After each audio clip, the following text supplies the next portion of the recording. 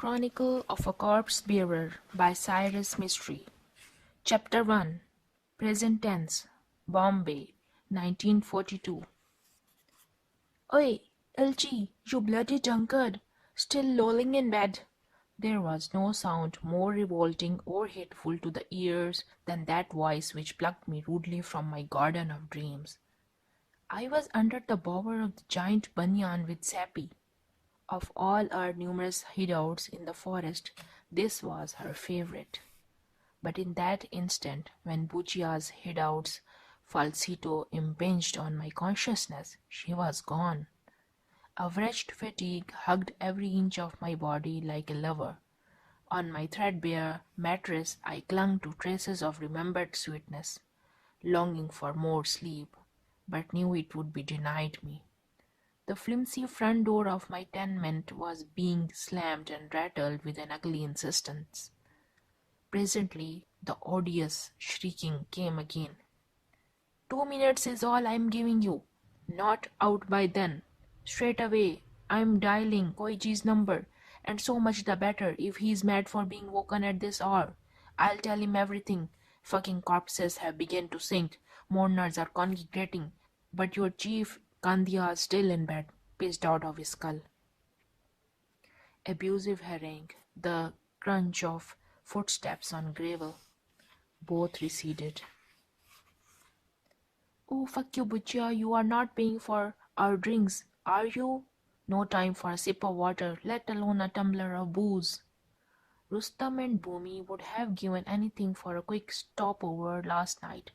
All of us deadbeat after walking those 6 miles to Lal Bagh and back with a stiff more corpulent than most. But even simple-minded loafers like us know better than to leave a corpse unattended on the pavement while guzzling or an illicit den. So we hit upon a compromise, resting one end of the bar against a compound wall. Fali's brain waved this. Bhumi ran in and purchased a bottle, snugly secured between the corpse's stout legs for the remainder of our jaunt. It had to be pried out with some force once we deposited the body in the washroom of the allotted funeral cottage. Now how is that any of your business, bloody butcher? Those damn wires we lug around, solid iron, each weigh nearly 80 pounds. And all corpses are not emaciated by death. Let me tell you, some positively swell, growing more flaccid by the minute. Besides, how else, I ask you this, how else are the best of us to keep us this carrion work, this constant consanguinity with corpses, without taking a drop or two? The smell of sickness and pus endures. The reek of extinction never leaves the nostril. Good sport that he is, Fardoon waited until I had knocked back my share of the booze before joining me for the arduous job of washing the man mountain. Fardoon doesn't drink. It's a job that takes courage and strength. Believe you me, rubbing the dead man's forehead, his chest, palms, and the soles of his feet with strong-smelling bull's urine, anointing every orifice of the body with it, before dressing him up again in fresh muslin and knotting the sacred thread around his waist, all the while making sure the pile of faggots on the sunset breathe easy and the oil lamps stay alive through the night. All this before we retire ourselves well past midnight. So what's your fucking fuss about, you bastard of a butchia? One side of my head was throbbing raw, felt a bit of a corpse myself. Then my eyes lit on the wall clock. 6:20 already. Early morning silence, punctuated by a twittering of birds, soothed my nerves, but the muscles still ached. Outside the wire-meshed window, a sprig of pale orange bougainvillea swayed slightly. As I climbed out of bed, the rays of fledgling sun touched the teardrops lightly with a golden brush. The sky was deep and blue, and softly luminous, without a speck of cloud. Had I really woken up from dreaming, or was this a dream I was waking to? How beautiful and peaceful is this place, much of the time at least, where the faithful consign their dead to the vulture in a final act of charity, their bone pulverized by the sun, then washed away, subsumed in the elements. I grew up not far from here. When I was still a child, I may have been brought along by my parents to attend a funeral or two. But it was only much later I began to see this as my garden, my own private forest, an enchanted place in which I was free to roam, marveling at leisure at the shape, smell, and colors of nature, the magnificent trees, birds, bushes, and all that rocky wilderness. Near the hill's summit brood the squat towers. Three in number, their jaw open to the sky, allowing birds of prey to descend and eat their fill, then fly up once more, unhindered. Surrounded on every side by a town that grows more noisy and populated by the day, this estate is so vast and secluded that no syllable of human voice or activities grates upon its timber of peace. Though death is its precise reason for existence, is this garden life overwhelmingly is the victor? I first set eyes on my Sepida in the forest on the hill. Even the most fleeting remembrance of Seppi can bring tears to my eyes. So evanescent her presence, so brief our togetherness. This was her home, in a more literal sense than I realized when I first saw her. I had caught glimpses of her before, wandering through overgrown banyan vines, running, once at breathtaking speed, after a peacock through tall grass. I didn't know then she considered animals her dearest friends. She fed as many as she could every day, often by her own hands. Wild squirrels, pheasants, pie dogs, stray cats, as though they were her personal pets. The first time I approached her, she was stooped to the ground, placing a small bowl of milk in a clearing. "Who's that for?" I asked as she straightened herself.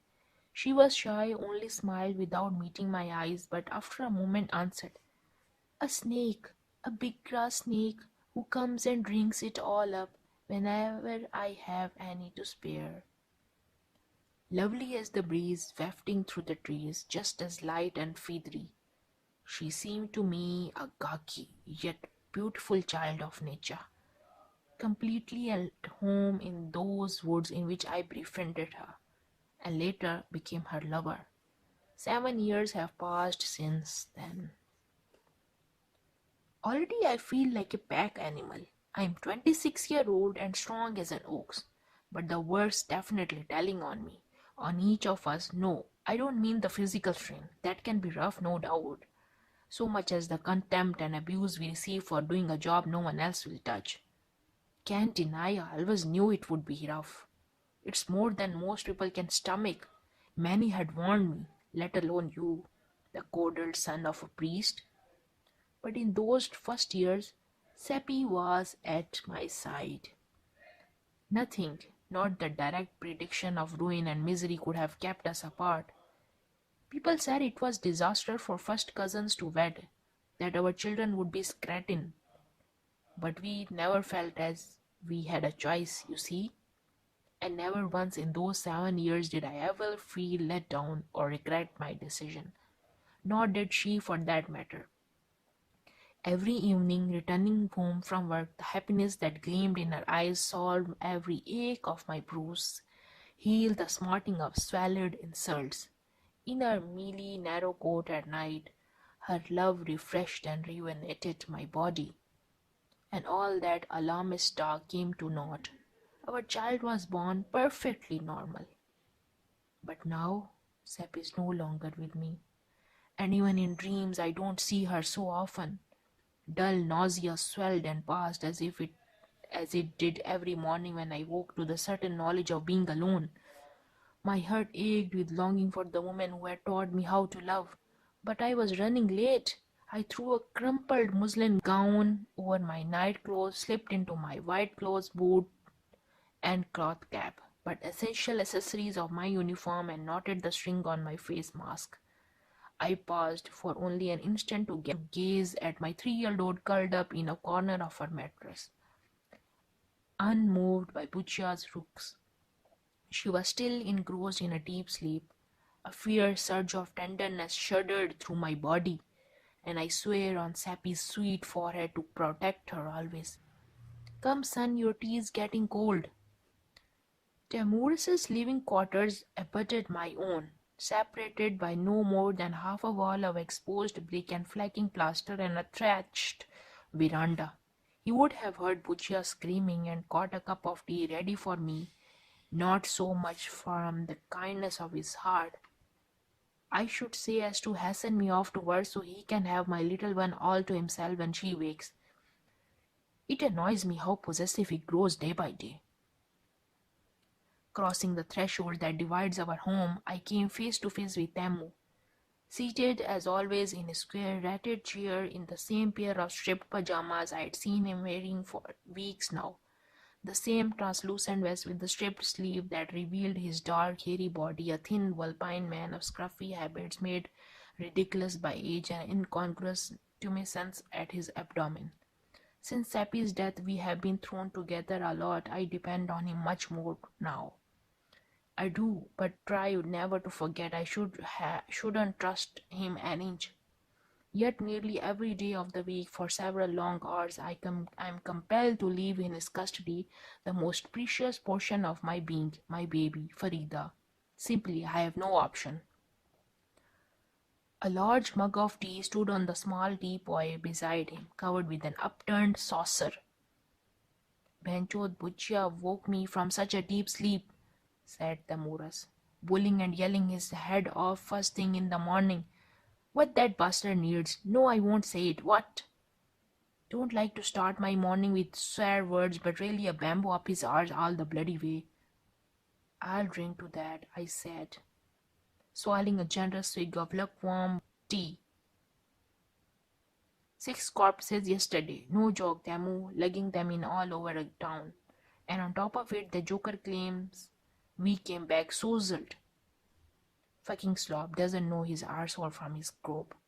Stinks up the place with his farts and his taunts. What that man needs is a good hiding. But who will give it to him? I ask him. He's our warden, our boss. Who is going to question the boss? Not to fret, my boys, said a voice over our head. Just leave it to the one above. We looked up and saw Berger leaning over his balcony. But he wasn't speaking of himself. Time will come for that man too, when we will choke on his wickedness. Mark my word, boys, bleed remorse. Once a bodybuilder, this fair-skinned and still handsome corpse-bearer had suddenly lost an alarming amount of weight in recent months, and much of this proud swagger. Though he grew feebler by the day and his clothes had started to hang loosely on him, he remained rather self-conscious of his look. The prominent, clean-shaven rock jaw, the thickest, well-trimmed mustache, green eyes, what's more. Berger never once complained about life unfairness. He remained confident of the infallible perfection of the divine master plan. He now declared, in the dramatic and slightly pompous fashion he is given to. One above watches everything. Mind you, that's Mother George's days are numbered. Was I imagining it, I wonder, or had a furtive edge of bitterness crept into Buji's voice of late? Oi, Buji, yelled Tammuz hoarsely, don't drag your morning bad-mouthing excrement. Well, someone has to flush a turd into its pit and bury it. Too much sting, too many flies. Am I right or am I wrong? Tell me, chuckled Buji. If I had any strength left in my body, I'll do it myself. Like Buji, everyone at the tower had some reason to hate the man we were talking about. His real name was Nasli Cavarana, but his treatment of us Manuel was so sadistic that he was universally known as Buchia, or the Corker. He was some sort of laborer contractor, directly in charge of hiring and firing us corpse carrier as well as the maintenance staff on the estate, but very thick with Koiji, the Panchayat secretary for gardens.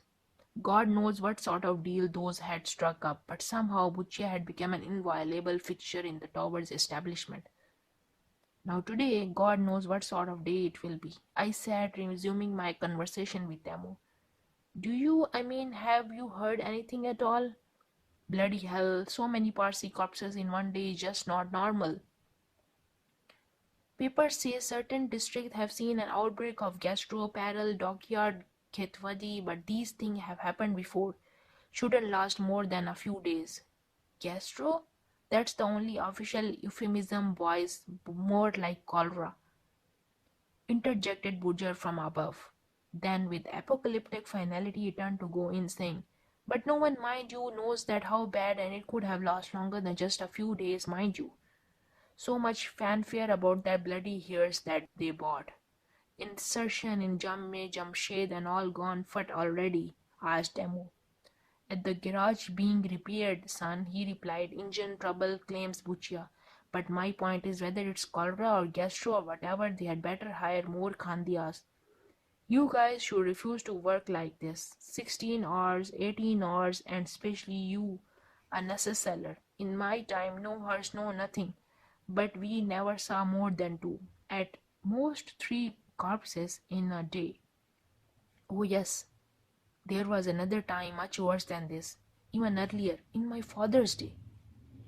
It had always been a hereditary profession. Generations of inbreeding within families belonging to the small subcaste of corpse bearer, together with the self-imposed and socially enforced isolation, had rendered them freakish, awkward, and genetically unsound. How completely sad and despairing then that corpse bearer continued to squirm and thrash about while trying to find ways to escape its inherited tyranny. My own case was completely unusual, of course. People were usually shocked and disbelieving when they learned that I voluntarily chose to marry a Khandia's daughter, opting for a life at the doors of silence. By rights, of course, I do rank higher than a mere corpse bearer. Before joining service at the Towers, I went through 5 weeks of training at the fire temple built on an eminence in this vast, forested estate, just a stone thrown from the tower themselves. After several days in solitary retreat and ritual purification, after committing to memory several runic hymns in a dead language, I was initiated by the high priest of the temple and formally proclaimed a necessaire. This strange word from the ancient Avestan means Lord of the Unclean. Necessaires are corpse bearer too, make no mistake about that, but invested the several ritualistic priest-like duties. In our faith, that matter is considered unclean. Segregation of the ceremonially purified corpse to prevent its recontamination at the hands of overly emotive mourners is only one of my duties. More important is the responsibility I have of protecting the living from the contamination supposedly spewed by corpses. All corpses radiate an invisible but harmful effluent according to the scriptures. Through prescribed ablution, prophylactic, and prayers, I am supposed to protect the general populace and myself from the nauseous effect of the dead. Indeed, you could say the necessary shields the community from all that evil and putrefaction by absorbing it into his own being, in return for which noble service the scripture promise his soul will not be reborn. The necessary who perform his duties scrupulously forever escapes the cycle of rebirth, decrepitude, and death. What the scriptures forgot to mention, though, is that in this, his final incarnation, his fellow men will treat him as a dirt, the very embodiment of shit. In other words, untouchable to the core. Ordinary corpse bearer don't have it any easier. Believe me, that's how our people feel about their dead and all who come in contact with corpses. You could say, though, that as necessary I am a glorified untouchable. Tammuz sharp. He has been rambling on about his father's time, but is aware. I haven't been listening. Now he stops talking and won't resume until he is sure he has my attention. The plague it was then, like I was telling you, he said, finally taking up his story again. I remember Papa telling Mama, Zarthostis are dying like flies. Never thought I would live to see this day. And as for the others on these islands, every day hundreds are picked up in bullocks cart from the streets. Hundreds. All carts and crates cremated in heaps and the municipal commons in peril. Sweetie, come to think of it, that might explain Bucha's abuse and threats. In time like these, you guys are entitled to an allowance. Did you know that? Have any of you seen this special allowance? Now, what do they call it? My attention had strayed again. Was Farida awake and crying? No, I had imagined it. Not a sound from my end of the block. I mean, for us, our forefathers made provisions for this sort of thing. What do they call it? Pandemic allowance? Bellowed Timorous triumphantly, pleased that his memory had not let him down. Pandemic allowance? Trustee have made provision for this kind of situation. It's written in the final point of the Panchayat's deed. And Buchia, I dare say, is probably planning to pocket it all himself. Don't tear this line down, son. I'll tell you that warden will eat us alive. At the mention of eating, I felt a mild pang of hunger, but noticed that there were only 2 slices left in the rusting bread box. Besides, I had lingered too long over my tea. I must go keep an ear open for baby, I said to him. There's some milk in the vessel on my sideboard. She likes her bread, soggy and sweet. Of course, son, of course, I don't know that. Save those 2 slices just for her. I'll be listening, don't worry at all. End of chapter 1.